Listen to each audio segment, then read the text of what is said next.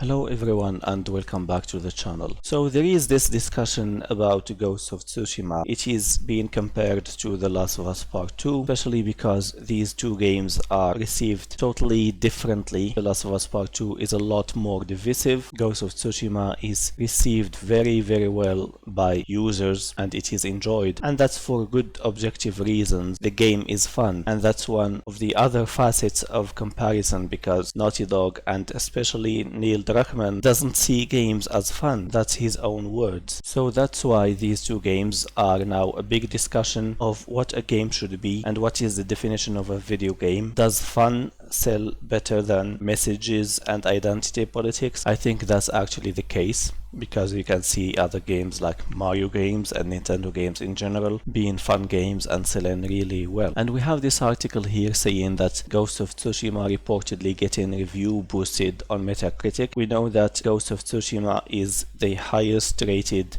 user score game for the PlayStation 4, and it is selling really well, so much so that Sony didn't expect the game would sell this well, and then they didn't produce enough physical copies to cater for the demand. And you can see that many people are speaking about Ghost of Tsushima's physical copies not being available at all. Even Sony themselves acknowledged that, and they're trying to produce more physical copies so that the people who would prefer the physical copy of a game would get one. This article is rather well put. It's just like reporting on this as news, in contrast to this article here from GameRant saying that Ghost of Tsushima is getting review boosted by The Last of Us Part 2 haters, which is a very stupid take. But I'm not going to read you this article. I'm just going to leave the sources down below in the description if you want to read this file sheet of article. So the article says Ghost of Tsushima is reportedly being review boosted, in contrast with the review bombing of The Last of Us Part 2 due to its controversial story. Actually, that's not totally true, because The Last of Us Part 2 is getting a lot of review boosting as well, and the positive reviews for The Last of Us Part 2 have surpassed the negative ones. The allegations made by Twitter user Crack Bandicoot while comparing the number of user reviews that Ghost of Tsushima has received on Metacritic compared to other games available on the PlayStation 4. So this user here says that Ghost of Tsushima got review boosted to stick it to Naughty Dog, quote unquote, and he says that the game has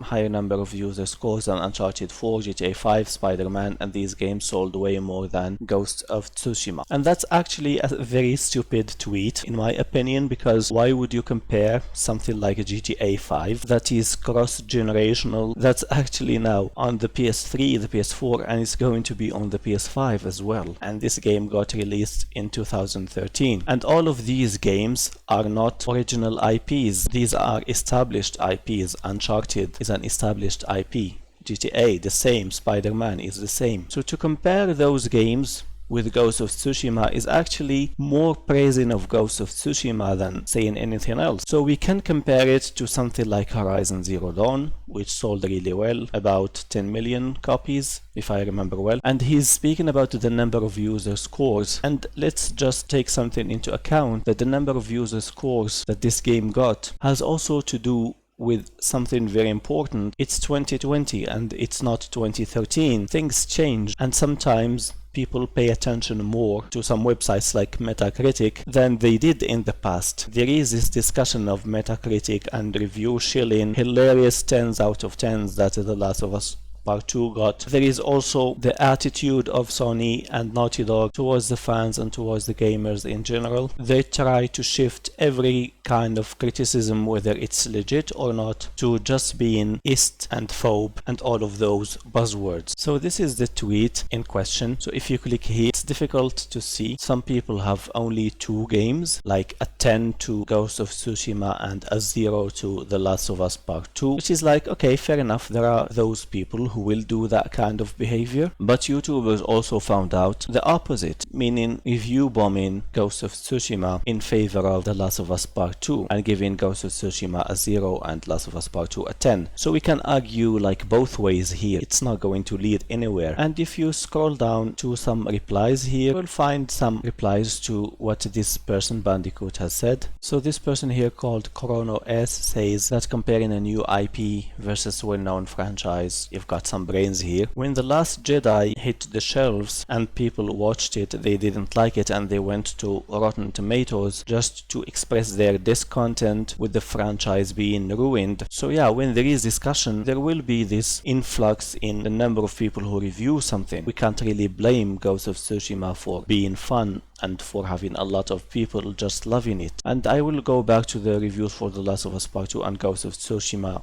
shortly, just to demonstrate another point. And then here we have another reply from the Ghost Cobra. Says, ignore this dude, he gets owned on his tweets all the time when it comes to Ghost of Tsushima. As an admin for the Last of Us group on Facebook, this clown is an utter embarrassment and makes us look bad like complete haters when we aren't. My group of 20k actually loves the game. So that's another good point here. We shouldn't put our minds in this dichotomy of if you like The Last of Us Part 2 you will hate Ghost of Tsushima, or if you love Ghost of Tsushima you will hate The Last of Us Part 2. It doesn't go that way. When a game is fun, or if you like a game, then so be it. Ghost of Tsushima is just stupidly put into this position of rival to The Last of Us Part 2, as if the two games are the same genre, which is not the case. Now let's go back to the Metacritic scores. So you have here user scores 13,000 positive scores, and then here for The Last of Us we have 70,000 positive scores and 60,000, almost 61,000 negative scores. So to say that the haters of this game just review boosted Ghost of Tsushima is actually ridiculous. I want those 60,000 people here who don't like the game to be here, like to review boost it really well. And you know what? It's not gonna happen, because people are not just going to spend their times hating quote unquote on this game and liking this game and boosting it. There are also a lot of other fun games that you can boost if you like them. And here I'd like to think about a product. So for example, a car. If you want to buy a car, you will probably look for something on the internet and ask people you know about what is the best car for you and for your budget, and then you will find that some people don't like a certain model of a car and they would tell you that you have to avoid that car at all costs because it's not going to work for you. So does that mean that those people hate this car brand, for example, and like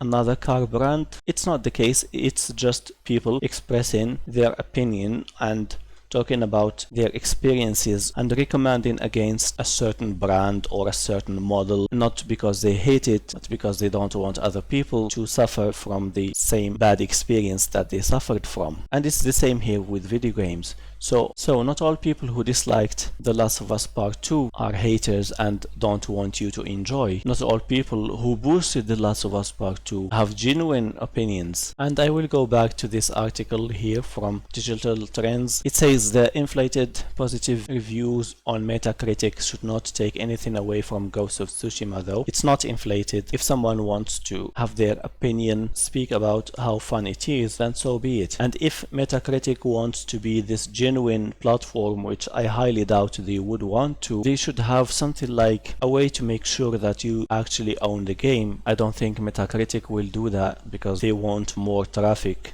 and they want more discussion about their website. It is widely considered a masterpiece for Sucker Punch. Over the first 10 days after release, the game already racked up 57.5 million duels in combat and 8.8 million foxes betted, 15.5 million images captured by players, proving the game's popularity among PlayStation 4 players. And that's actually the real point here. These numbers just show that people are too busy in loving the game and enjoying the experience to just go to Metacritic to boost Ghost of Tsushima in a disingenuous way or to review bomb The Last of Us Part 2. There are certainly a lot of trolls in The Last of Us Part 2 reviews, both from the positive and from the negative side. We also here have something from metro.co.uk, which is the format retail charts as of August the 1st. So Ghost of Tsushima is number 1 in sales in the UK.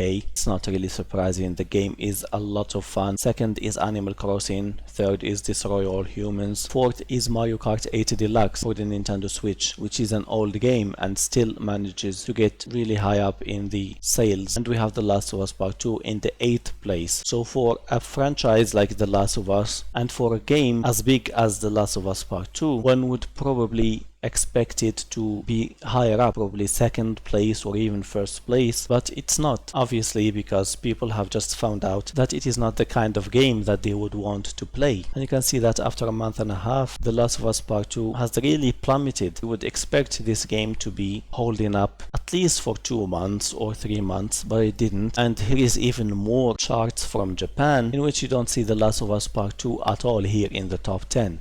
So we have Animal Crossing, Ghost of Tsushima is the second, Paper Mario is the third, Ring Fit Adventure for Nintendo Switch, World Wide Classic again, Nintendo Switch, eBaseball, Powerful Pro Baseball. The Japanese people really love baseball. We have this game called Ninjala and Pokemon Sword and Shield. Pokemon Sword and Shield is really old compared to The Last of Us Part 2 or Ghost of Tsushima, and it's still in the charts there. Same goes for Mario Kart, which is older than Pokemon Sword and Shield, if I remember well. So there you have it. You see that the media just want to write anything about The Last of Us Part 2 to make it relevant, whereas in my opinion it's already irrelevant. Like, the discussion has already finished about this game and people have said what they have said. The people who liked the game explained why they liked the game. The people who didn't like it also explained their way of reasoning, and the discussion has been exhausted. We had like a month of really heavy discussion about The Last of Us Part 2 and it's all fading away right now. There's nothing more to be cherished, and no one would want this kind of bad experience from a game like The Last of Us Part 2, and no one would want to remember it. There are very few good things to remember about this game. Anyway, thank you for watching. If you enjoyed the video, please leave a thumbs up and subscribe for more. Leave your comments down below and I will talk to you again soon. Have a good one.